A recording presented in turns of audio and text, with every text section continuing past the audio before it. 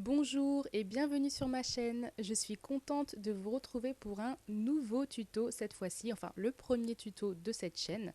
Si ce tuto vous intéresse, restez jusqu'à la fin de la vidéo. Bye! Alors, je commence dans un premier temps par prendre deux couleurs, une couleur beige et une couleur marron. Donc la numéro 2 et la numéro 75. Après, vous prenez les couleurs que vous voulez. Un rouleau pour aplatir ma pâte ou une machine à pâte. Je chauffe ma pâte et ensuite je viens l'étaler avec mon rouleau.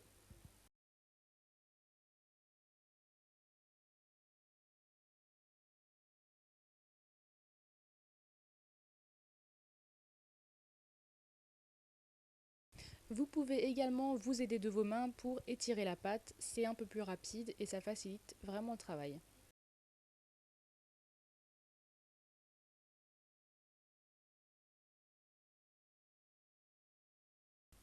Vous faites exactement la même chose avec la boule de pâte marron, mais cette fois-ci on va essayer de l'étaler un peu plus fine que la boule de pâte beige.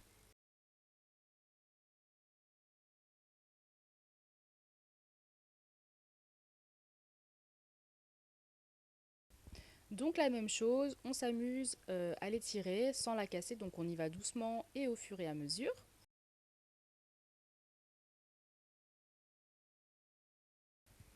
On l'étale pour qu'elle reste bien droite et ensuite on vient prendre une lame ou un scalpel si vous savez couper droit et on va venir couper un rectangle à peu près, hein.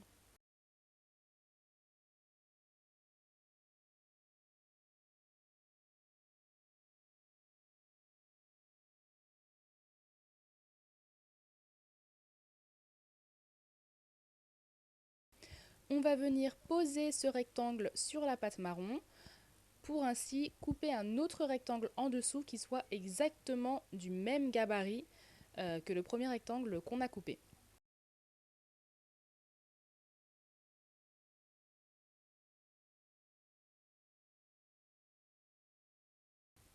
Voilà donc ce que ça doit vous donner. On voit que la pâte beige est plus épaisse que la pâte marron.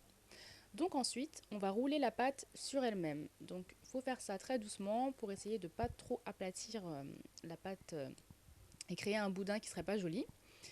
Donc bien sûr, moi je mets la pâte marron à l'intérieur, c'est vraiment pour faire l'effet du roulé et que la mousse au chocolat soit en fait enfermée à l'intérieur, c'est vraiment le principe.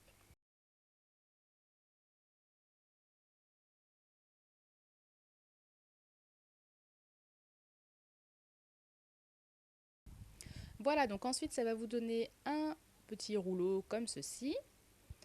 Et ensuite, il suffit juste de couper l'excédent sur les deux côtés. Donc vous pouvez déjà voir que vous avez votre bûche qui est mise en forme. Donc je l'ai légèrement aplati sur le dessous, vraiment pour faire un effet bûche comme vous achetez en magasin ou en boulangerie.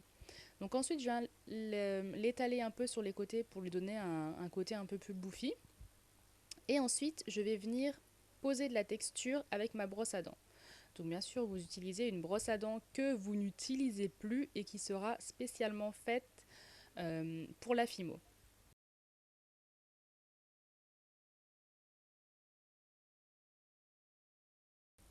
Si vous avez du papier à poncer, c'est aussi une très bonne alternative. S'il est assez sableux avec des gros grains, ça donne aussi une très bonne texture.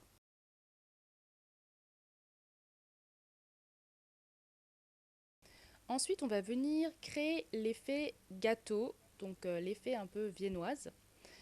Pour cela, moi je vais utiliser mon scalpel, mais on peut très bien prendre un cure-dent, un pic à brochette, ce que vous voulez. Je préfère vraiment le scalpel parce que c'est vraiment très pointu, très précis et on risque pas de se tromper et c'est vraiment une habitude que j'ai. Donc par contre, on va donner la texture seulement sur le côté beige. Comme je vous le rappelle, le marron c'est vraiment comme si c'était une mousse ou une crème, ce que vous voulez. Mais le beige c'est vraiment le biscuit.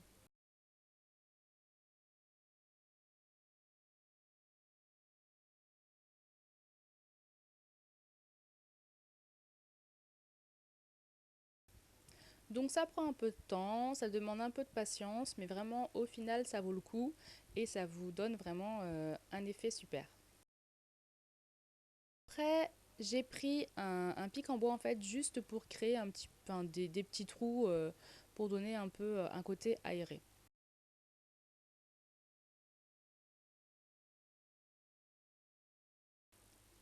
Donc là, étant donné qu'on est venu prendre notre bûche avec les mains, ça a pu un peu s'effacer, donc redonner un petit coup de brosse à dents.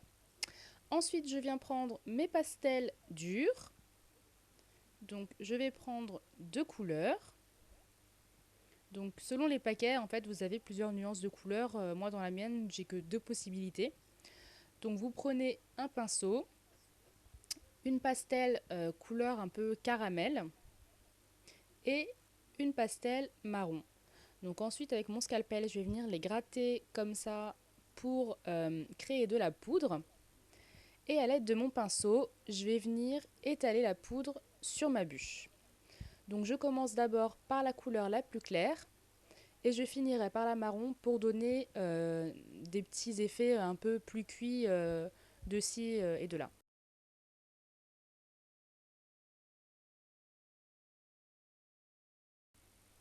Notre bûche commence à prendre forme.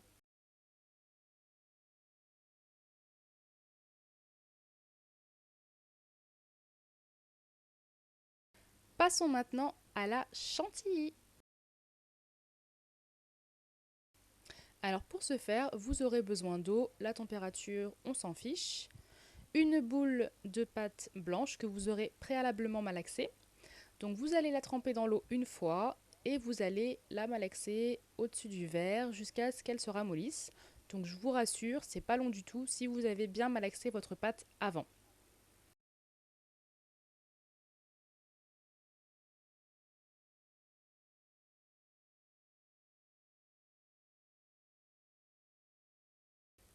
Trempez-la autant de fois que vous voulez, mais à chaque fois malaxez-la entre les deux.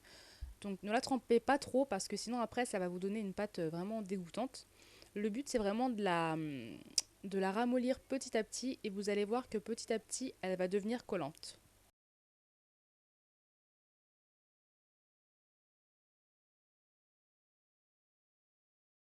Ensuite, vous prenez un petit sac de congélation que vous achetez pas cher, hein, exprès pour ça. Vous coupez ensuite un rebord avec un ciseau.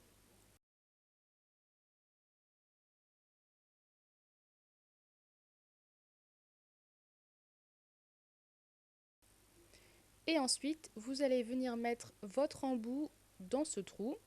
Vous allez plier votre sac et ensuite y mettre la boule de pâte à l'intérieur. Donc ça colle, hein. Lavez-vous bien les mains entre les. Donc vous allez pousser votre pâte dans la douille et donc vous allez voir que la pâte va commencer à sortir. Vous prenez votre bûche et vous faites parler le pâtissier qui est en vous. Donc vous allez voir, c'est vraiment rigolo, c'est vraiment comme si vous posiez vraiment de la chantilly, c'est vraiment super sympa à faire. Donc le seul problème, c'est que ça colle. Donc surtout, ayez un pic en bois ou votre scalpel, ce que vous voulez à portée de main, de manière à pouvoir à chaque fois récupérer, vous voyez, les petits fils comme ça qui se baladent.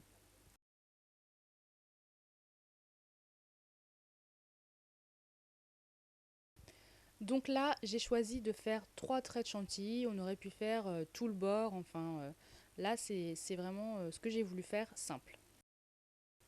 Mais bien sûr, on ne va pas s'arrêter là. Donc, on va créer un coulis, enfin, plutôt une sorte de Nutella avec de la pâte Fimo.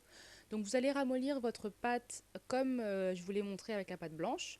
Sauf que cette fois-ci, ensuite, vous allez ajouter de la Fimo liquide. Donc petit à petit, vous en mettez, vous mélangez de manière à ce qu'il n'y ait pas de grumeaux et vous en ajoutez jusqu'à ce que la consistance vous plaise en fait. Mais vraiment, n'en ajoutez pas trop d'un coup parce que vous risquez de faire du gaspillage.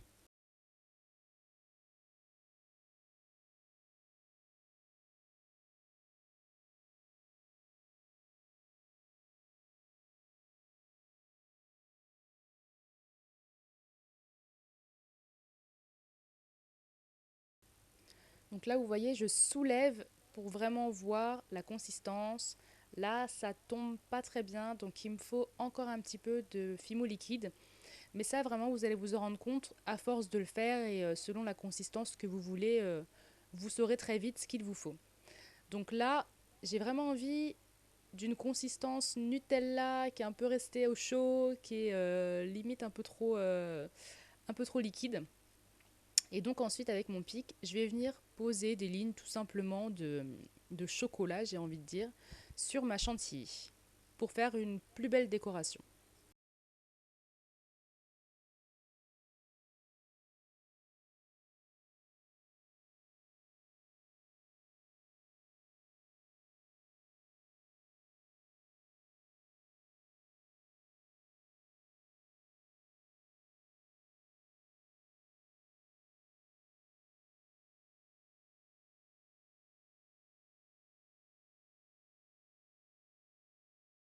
Une fois que j'ai fait ça, je vais ajouter des petites pépites de chocolat. Pour cela, j'ai dans ma réserve de Fimo un petit boudin de pâte que j'ai fait au préalable. Je ne les cuis pas longtemps, hein, juste histoire qu'ils durcissent un peu. Et ensuite, en fait, ça me sert à faire des décorations sur les cookies ou ce que vous voulez.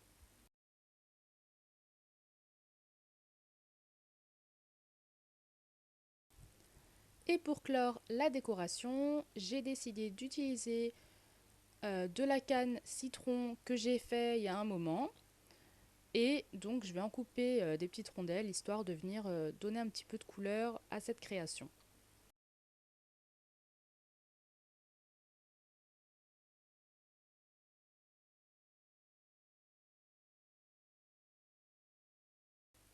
Voilà donc ce que ça vous donne et j'ai fait un petit morceau pour faire une petite bague.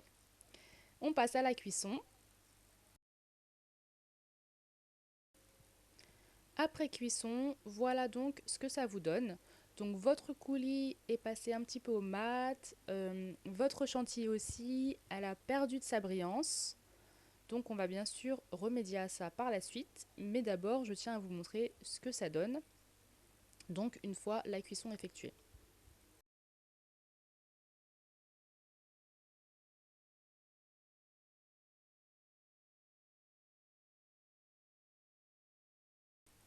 Donc on vient prendre un pinceau, du vernis à fimo, et on va venir vernir le chocolat à l'intérieur, la chantilly, nos citrons et notre glaçage au chocolat.